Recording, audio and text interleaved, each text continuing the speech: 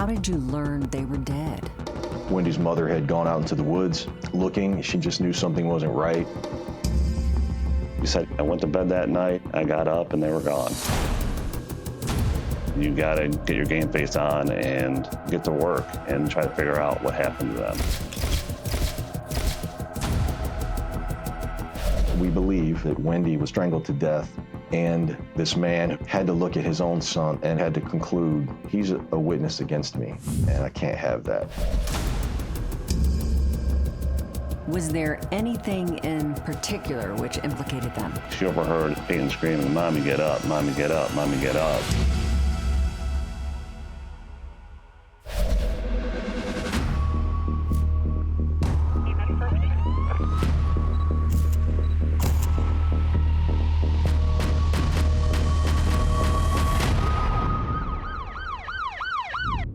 Hi, I'm Nancy O'Dell. Today's Crime Exposé takes us to Talmadge, Ohio, where a single mother and her 5-year-old son suddenly disappeared from their apartment. 2 weeks later, the bodies of Wendy and Peyton Ralston were found near their home. They had been murdered, and police suspected the killer was someone they knew.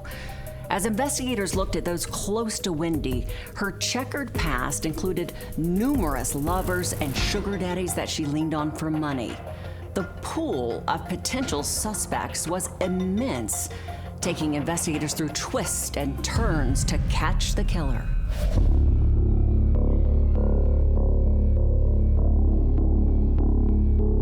It was the morning of August the 7th. A frantic mother filed a missing persons report for her daughter Wendy and grandson, whom she had been unable to reach.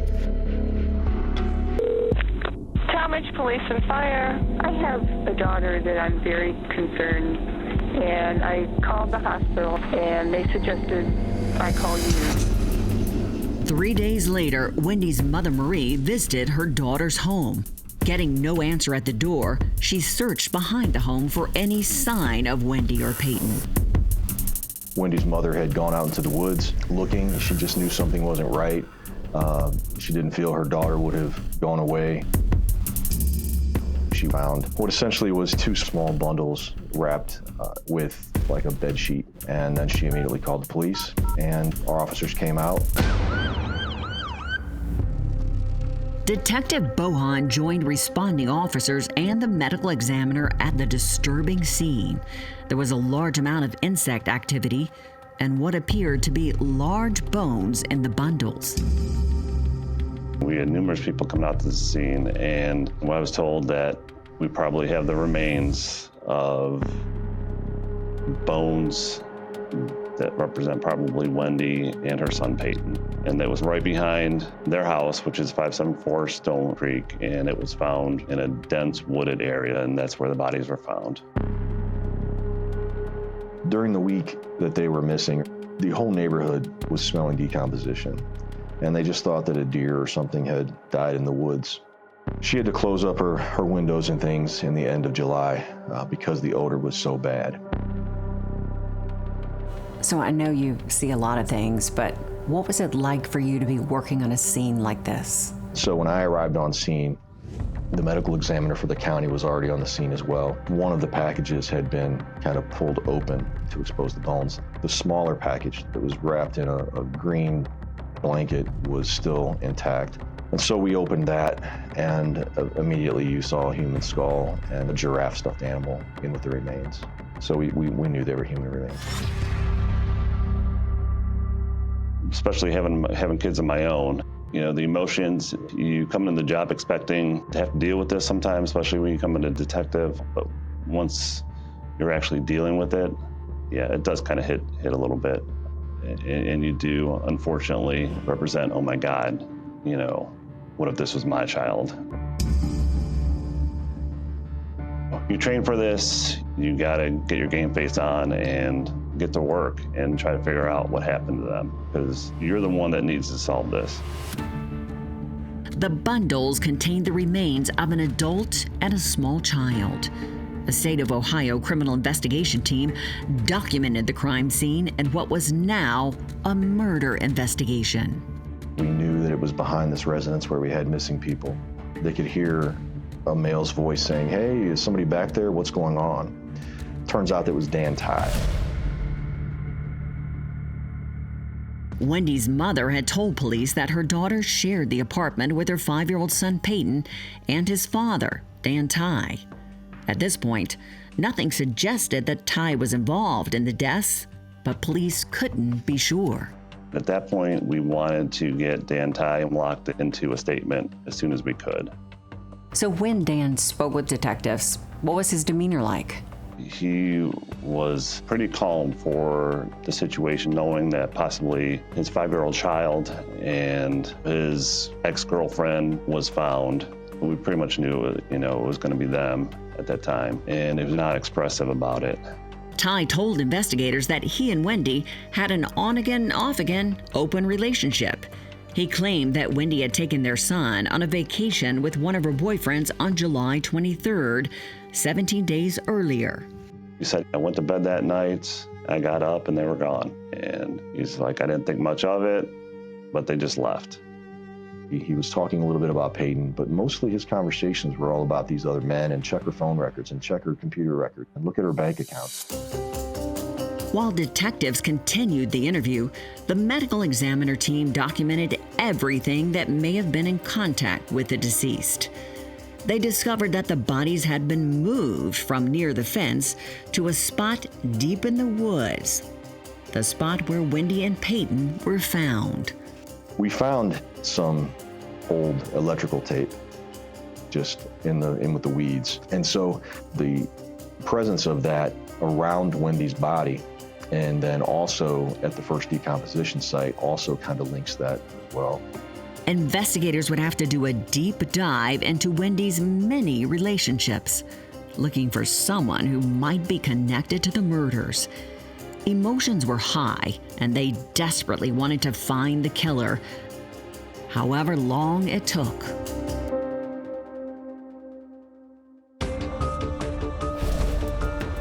She overheard Peyton screaming, "Mommy, get up, Mommy, get up, Mommy, get up."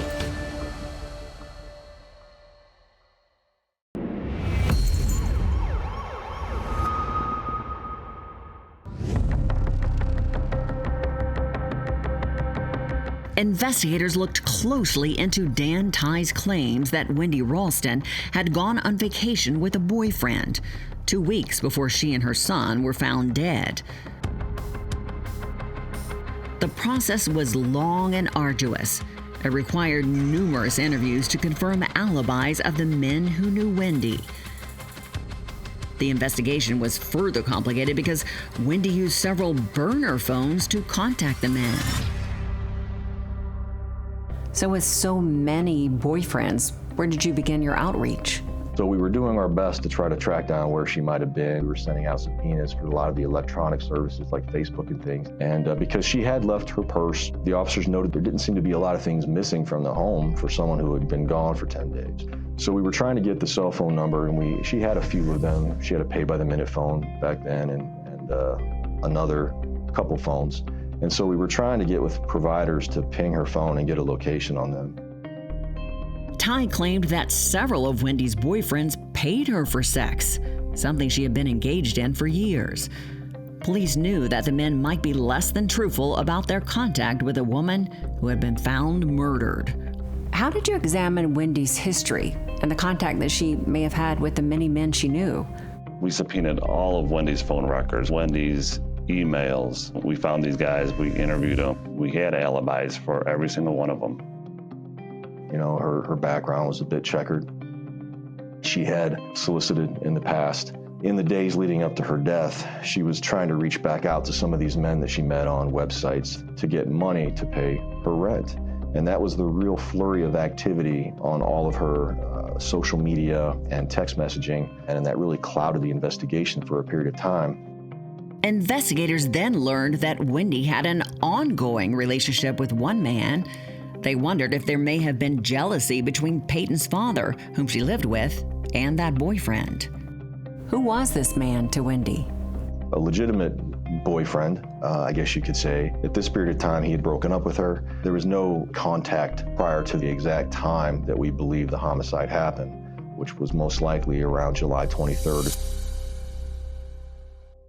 In the midst of the investigation, the medical examiner completed autopsies on both victims. The advanced state of decomposition made finding a cause of death difficult. There was a fracture to her hyoid bone, which is in the throat. It's consistent with strangulation. There was a handkerchief that we found that had some blood stains on it, Peyton's blood. He just put a handkerchief over his nose and mouth and smothered him.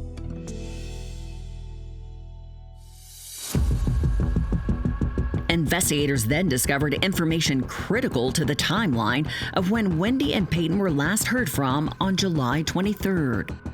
What was the last communication anybody had with Wendy?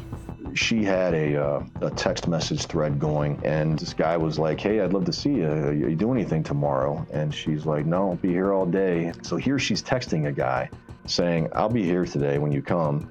I don't have anywhere to go but to return a movie." And then you have Dan saying, "Yeah, she went on vacation with the guy." Good, and she replied to that comment at 10:15, and that is the last electronic signal of any kind we have.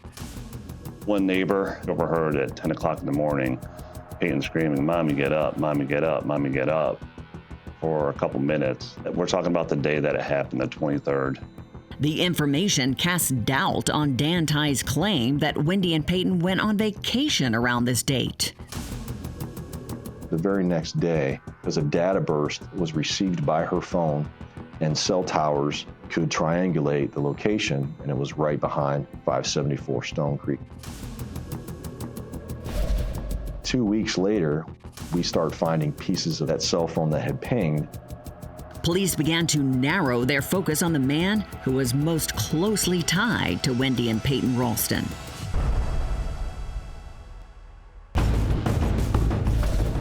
It was a circumstantial type of evidence, but everything just pointed to Dan Tighe.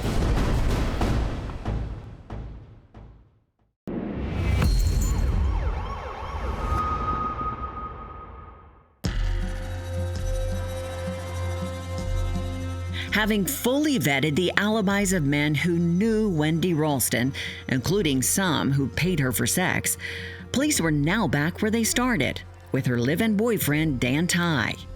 Wendy's mother and neighbors described a volatile relationship that included incidents of domestic violence. It was very different from what Dan Tighe told police. His story wasn't adding up, and the forensic information that we were getting was still plotting pieces of evidence in that location, and the neighbors were still testifying to what was going on around that time. Every piece of this evidence, every testimony from a neighbor or a witness, put them together in a timeline and then compare them to Dan's version of events. And it became very clear once we were able to gather all of this information, filter it out, and compare it to his story, that he was lying. It was a circumstantial type of evidence that really we had to build up around this case. Was Dan Tighe the person of interest right from the start? Of course he was. But we did not want to make a mistake and arrest him too soon without us investigating it. So we put every piece of the puzzle together, which took us some weeks. I think we knew Dan Tighe was the main suspect. Detectives then discovered a smoking gun that tied the victims to Tighe, as well as incriminating evidence that would help investigators build a case against the killer. On top of the refrigerator in the home was a multi-pack of electrical tape. A forensic analysis from that roll of tape in the home matched one end of the tape that was still around Wendy's body or her remains. The other end of the tape around Wendy's remains matched the tape that was found at the first decomposition site. So her body is linked via trace evidence to the first decomposition site as well as the roll of tape in the home. If the killer wasn't Dan Tighe, then the killer would have came out, killed Wendy and Peyton, moved their bodies up into the woods, and then came back into the house and put the electrical tape back on top of the refrigerator. It was great evidence. Hoping to get Tighe to tell the truth about what happened to Wendy and Peyton, detectives Bohan and Chochola pressed him to take a polygraph. He took the polygraph, so what were the results? The polygraph examiner basically told him that you failed miserably and you have something to do with these deaths and you might as well tell us what happened. And Dan just said, I want a lawyer. When we went back outside, his first question was, so do I go to jail now? And we said, no, you're not going to go to jail. We just got to find a place for you to stay. We had more work to do as detectives. Investigators still had a lot to do before they could present the case to a grand jury, including filling in the blanks of what happened on July 23rd. So what do you think happened between Ty, Wendy, and Peyton? My best guess would be that somehow, whether he started it or whether she started it, another fight took place, and whether he intended to or whether he did what he had always done, physically choke, strangle, and it went too far, we don't know, which prompted Peyton to do the mommy get up, mommy get up, mommy get up. My best guess would be that Wendy was strangled to death, and at some point in time, this man had to look at his own son, this 5-year-old boy, and had to conclude, he's a witness against me, and I can't have that. Peyton saw him strangle Wendy, kill her, and now he had to do something about it. Smother him.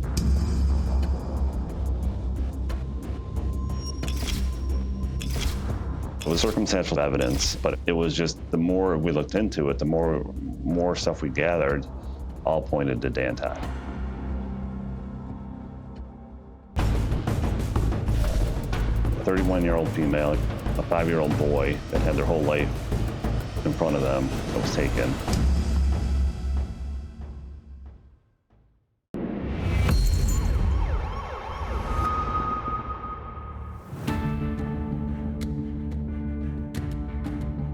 Dan Ty was tried and convicted of the murder of Wendy Ralston and his son, Peyton.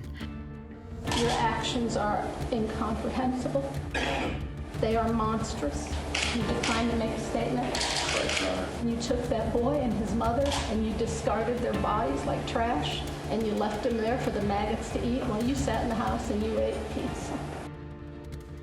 He received 2 life sentences for the murders.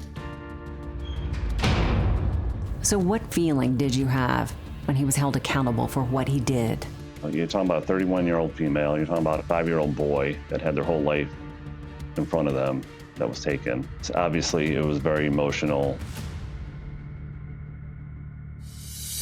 As with so many murder investigations, those closest to the victim are often the ones to fear. And this was true of Dan Ty. And now it's time for today's Safety Spotlight. The tragic murder of Wendy Ralston and her young son Peyton at the hands of her ex, Daniel Ty, demonstrates how domestic violence can escalate to murder. Unfortunately, this scenario isn't entirely uncommon. In the vast majority of intimate partner homicides, there had been times of physical abuse before the murder. If you notice changes in behavior, for instance, an escalation of anger, unfounded accusations, or withdrawal from the family, these are red flags that should not be ignored. Trust your instincts and seek assistance. If these signs are warning you there's a problem, believe them. If you are the victim of domestic violence, you're not alone. There is help. Contact domestic violence shelters and support organizations. Seek professional counseling and understand the legal protections available to you, such as restraining orders or protective orders. And especially when children are involved, call the police or the National Domestic Violence Hotline at 1-800-799-SAFE. I'm Nancy O'Dell. For all of us here at Crime Exposé, please join us next time and stay safe.